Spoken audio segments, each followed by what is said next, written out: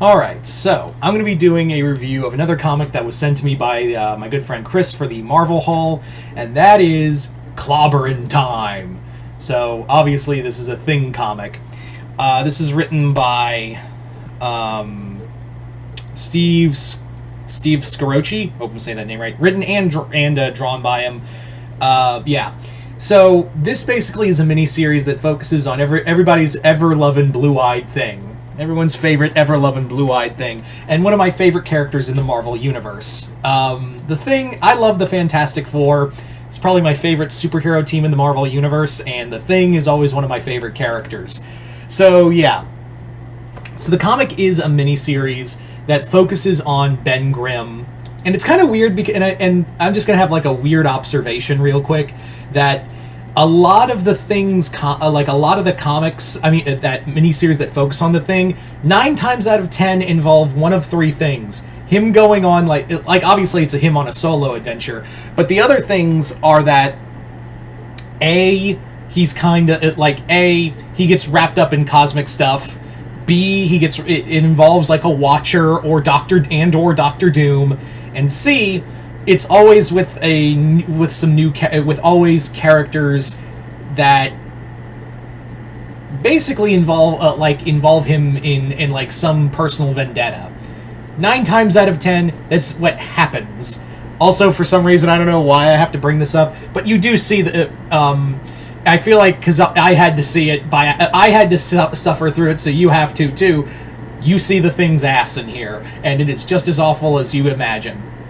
So anyway, so the story focuses on Ben going on this adventure, teaming up with characters like Hulk, Wolverine, Doctor Strange, and even Doctor Doom, while a new villain called Ogdu is trying to unmake reality, blaming superheroes in the timeline he's from, that superheroes caused the downfall of his species. What I like about this comic is that it's pretty funny. Like, Steve Scirocci knows how to write Thing, as, like, he's basically, like, just some guy, he's just a big dumb, he's not dumb, but, like, he's just a big, everyman who's been hanging around a lot of smart people, and it's rubbed off on him. I like how he plays off the other every characters, and this comic really does remind me of the classic Marvel 2-in-1 books. If you guys don't remember those, Marvel 2-in-1 was basically Marvel's other Marvel team-up book back in like the 70s and 80s, where Marvel Team-Up had Spider-Man, teaming up with the Marvel Universe. Marvel 2-in-1 was just the Thing teaming up with, it was the Thing team-up book, where Thing would team up with other characters from the Marvel Universe. So,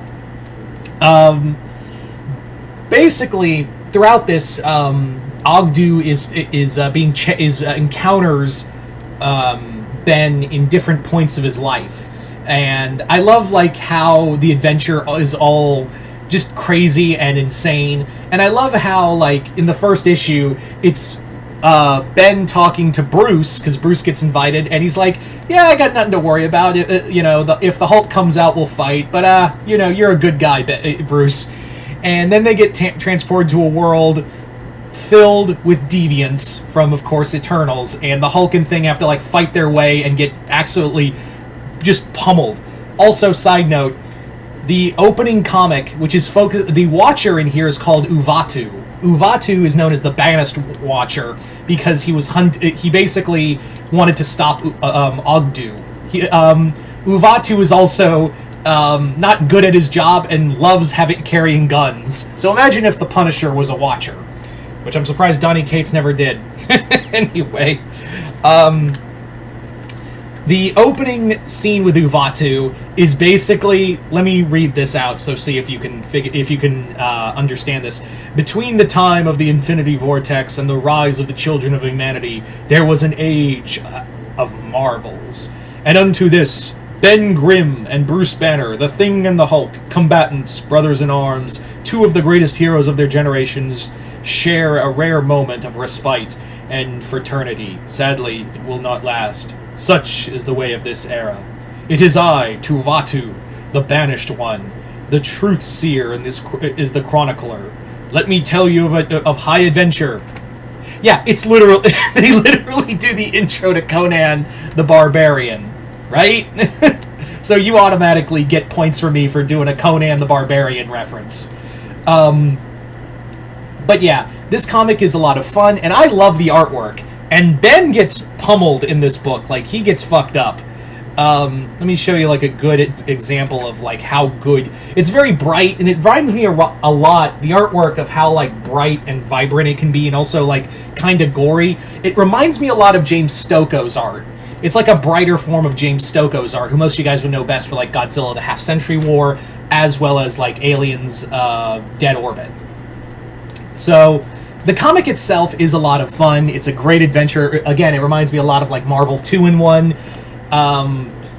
I thought it was a lot of fun. Ogdu himself is a decent villain. He's nothing to write home about, but yeah. I also really like how Thing isn't treated as an idiot, and there's actually some fun moments where he's like crying, like he's at a Krakoan embassy. He's at the Krakoan embassy, kind of like talking about mutant and superhuman relations. And there's a moment where he meets another mutant who's like talking to him like, "Oh yeah, we both got rocky skin, but we'll be seen under that." And then the woman goes, "With all due respect, you're a white man. You're a white man who got superpowers and got treated with billions of dollars. I was born and then dumped in a dumpster the moment I was born after my parents saw rocky skin. We're not the same, Mr. Grimm." And he's like, "Oh shit." I just love that kind of back and forth. And then it's revealed Thing was getting tips from a robot AI that Reed helped to like help calm situations. So I like that. I thought that was pretty fun. And yeah, it's always good to see Ben and Alicia. And this comic also reminded me that Ben's aunt and uncle are still alive. One of the things, I may not have liked Dan Slott's Fantastic Four run, but one thing I'll give him is that I loved what he did of bringing back, getting him to marry him and Alicia getting married, as well as them having kids. That's the one thing I'll give the Dan Slott Fantastic Four run. But anyway, so do I recommend Clobberin' Time? Absolutely. It's a good time. It's a good, fun comic, and the artwork really helps too. There's some great humor in it, great action. Really love this. It's a great miniseries. But anyway, once again, I'd like to thank my friend Chris for sending me this comic, and yeah, other than that, hope y'all enjoyed this. I'm Mr. Multiverse. I'll see you next time in the Multiverse.